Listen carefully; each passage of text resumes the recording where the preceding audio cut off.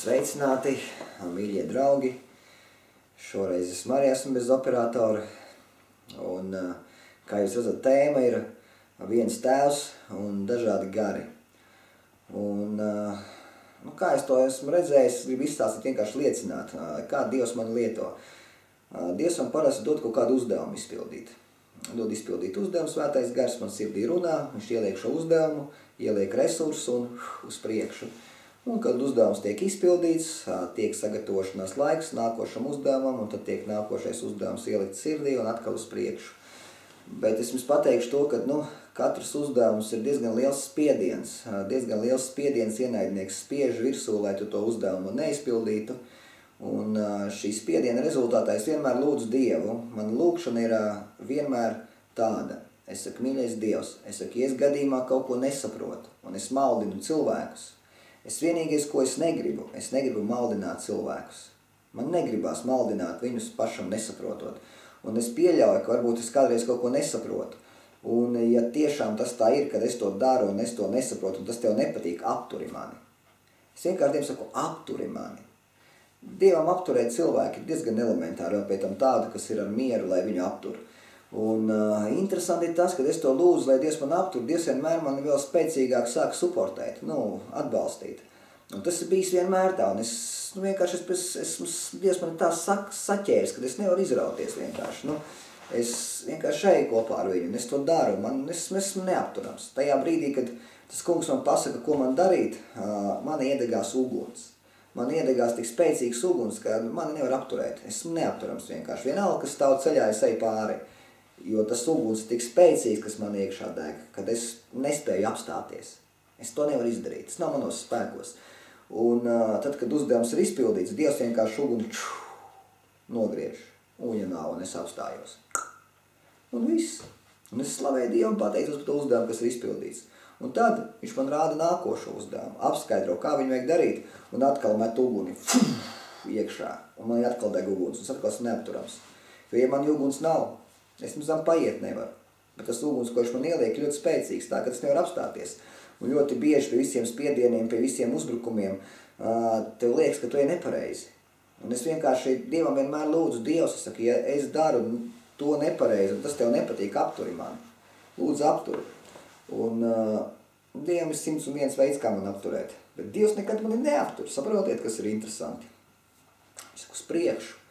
Un Skotijā es pateikšu, šitas laiks ļoti smags, un godīgi sakot, ir ļoti liela uzbrukuma šeit Skotijā, staigājot ar to baneru un arī runājot ar cilvēkiem. Bet Dievs ir brīnišķīgs, mēs gājām uz 2 draudzēm no sākuma, bet vēl uz daudzām draudzēm man aicināja, bet uz visām draudzēm, protams, es negāju, kur man aicināja, centos vadīties pēc svētā gara pamudinājumus, kurien iet, un beigās svētais gars man pieinstalē pie vienas draudzes. Un tā draudze, cik es tagad skatos, viņi ļoti spēcīgi cilvēki Kristū, viņiem ļoti liela pieredze ir, un viņi lūdz pa maniem, viņi saprot, kas notiek, viņi saprot, ko Dievs dara. Un turklāt arī ir citi cilvēki, kas pilnīgi nesaprot, kuriem pilnīgi nav nekādas sajēgas, un es gribu izstāstīt vienu tādu liecību. Bija viena tāda ģimene, kas nesaprata. Viņi nesaprata, ko es daru, un gribēja mani novirzīt nepareizā virzienā. Saprotiet, vēlna plāns tāds, tad, kad tu virzies pa to dzīves ceļu, pa kuru Dievs grib, lai tu ej, jo mums katram ir dzīves aicinājums. Mums katram ir jāpiepilda tas dzīves aicinājums, ko Dievs mums ir paredzējis. Un vēlns vienmēr mēģinās tevi novirzīt. Novirzīt no tā dzīves aicinājuma, ko tu dari. Novirzīt uz citu pusi, un lai tev dzīve būtu neauglīga. Vēlna plāns ir. Un viņš dara spiedienu, taisa uzbrukums un grib tevi novirzīt.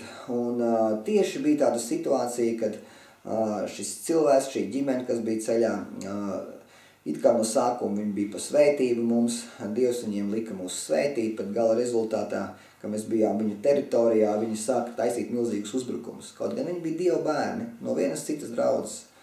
Viņi bija Dieva bērni, un viss bija čikiniekā, bet es no viņiem aizgāju projām un turpināju darīt to, ko Dievs man lika darīt. Un interesanta situācija. Redziet, kad tev ir lūkšanas dzīve, kad tu pazīsti personīgi svēto garu, ne tikai, ka tu pielūdz Dievu dievkalpojumā, bet ka tev ir regulārs connectings ar viņu. katru dienu tev ir kontakts ar viņu, un nevis īslaicīgs tāds, Jēzus palīdz man tur, Jēzus tur redzam, bet ka tev ir normāls, sakarīgs kontakts ar viņu. Visas dienas garumā, ka tev ir konkrēts kontakts ar viņu, un es tagad es to ielu staigāju 3 stundas dienā, es laiku esmu lūkšanas un pielūkšanas stāvoklī, un es jūtu to, ka tas cilvēks, tā cilvēku grupa par manīm lūdz, un viņi lūdz Dievu, saprotiet?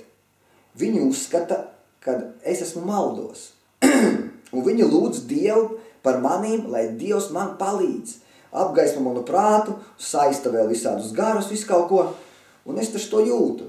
Ja es esmu Dievu kopā, es taču to visu redzu. Gar acīm, saprotams. Un ne tikai viņi, vēl visādas tur lūkšanas grupiņas bija izveidojušās pēdiņās no Dieva, kas lūdz pret manīm. Un es tagad domāju, Dievs, kā tas tā ir? Es saku, saproti, es zinu, ka tie cilvēki, kas lūdz pret manīm, es saku, viņi ir tavi bērni. Es esmu tavs bērns. Viņi ir tavi bērni. Un kāda tagad sanāk? Es daru to, ko tu man liec darīt. Es zinu to, ka tu man esi līdz to darīt. Un es to daru.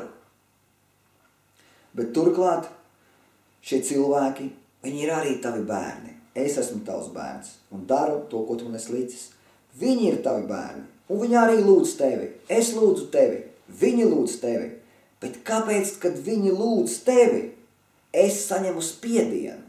Vai tu tiešām Dievs tu nāc un uzklaus viņu lūkšanas un tu radi man spiedienu, lai mani apturētu?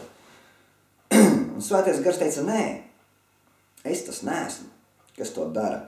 Situācija ir tāda, ka šie cilvēki ir pavilkušies līdzi citam garam. Man Svētais Gars pateica, redziet, kas pa lietu ir Svētais Gars, ko viņš ir devis, ko Tēvs ir devis mums.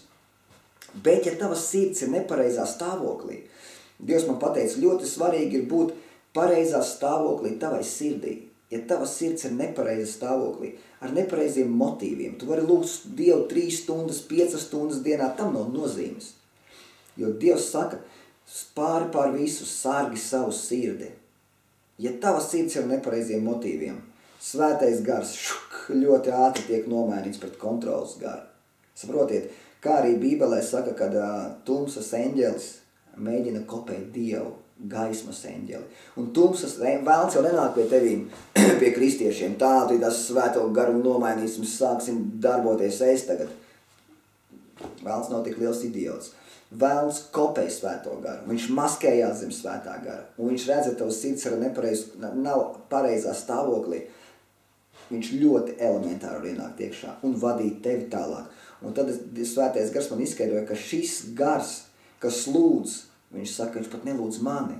Viņš domā, ka viņš nāk pie manis, bet īstenībā jau Svētais Gars ir sen nomainīts. Un viņi darbojās jau zem cita gara.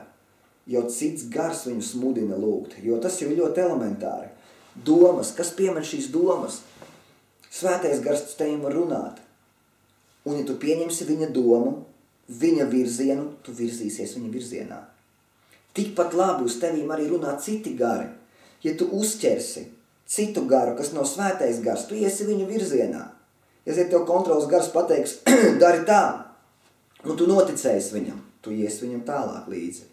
Svētais Gars tev runā, stop, met atpakaļ, stop. Ja tu neapstāsies, nesapratīs, ka tas ir Svētais Gars, tas gars tev teiks uz priekšu, un viņš tev vedīs tālāk prom no Dieva plāna. Un viņš tev aizves tev ļoti tālu. Un Svētais Gars man atklāja to, ka ir ļoti daudz kristiešu grupas, kas lūdz nesvētajā garā. Viņi ir aizvilkuši līdzi citam garam un izpilda cita gara pavēles. Viņi lūdz cita gara vadīti. Un attiecīgi citi gari brūk tev virsū un taisa šo presingu. Ka tev ir grūti, ka tev visu laiku ir uzbrukumi visādi. Jo šie cilvēki tajā vietā, lai iestātos par tevīm, tāpatās arī, buršana. Kas ir buršana? Visādi raganas, viss kaut kas, visādi zintnieki, viņi burās. Viņi piesauc šos garus, lai tie gari kaut ko izdarītu kādam. Un Dievs saka, ja tavas lūkšanas ir tādas, piemēram, savas gribas piepildīšana, vēl kaut kādas gribas piepildīšana, no Dieva kaut ko izspiest, tā ir buršana. Un ļoti daudz kristiešu nodarbojas reāli ar buršanu. Tajā vietā, lai stiprinātu savus brāļus, lai iestātos par viņiem, viņi burās pret viņiem. Lai Dievs viņus apstādina, lai Dievs vēl kaut ko izdara. Dārgie draugi, Dievs neko nestādinās. Vienīgās problēmas, kas var būt, tas jums pašiem, jo jūs velkaties līdz citam garām. Un es lūdzu dotajā brīdī, halleluja, svētais gars, es tev pateicos, vienkārši sagrauž šo kontrolas garu, kuram velkās līdz tik daudz tavi bērni, Jēzus Kristus vārdā. Āmen. Lai acis jums atverās. Uz redzēšanos.